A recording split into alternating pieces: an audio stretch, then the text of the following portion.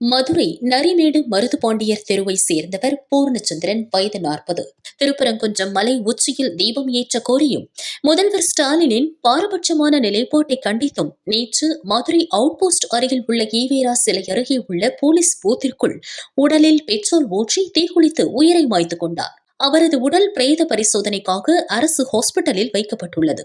அங்கு கூடிய பாஜக மற்றும் ஹிந்து அமைப்பினர் பூர்ணச்சந்திரன் ஆன்மா சாந்தியடைய வேண்டி சஷ்டி கவசம் பாடினர்.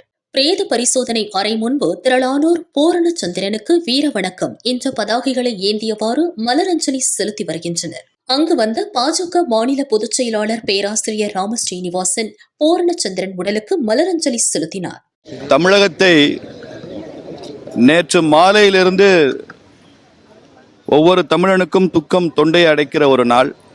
திருப்பரங்குன்றம் மலை மேலே தீபத்தூணில் உயர்நீதிமன்ற தீர்ப்பளித்தும் கூட கார்த்திகை தீபம் ஏற்றப்படாததற்காக பூர்ணச்சந்திரன் தன் உயிரை தியாகம் செய்திருக்கிறார்.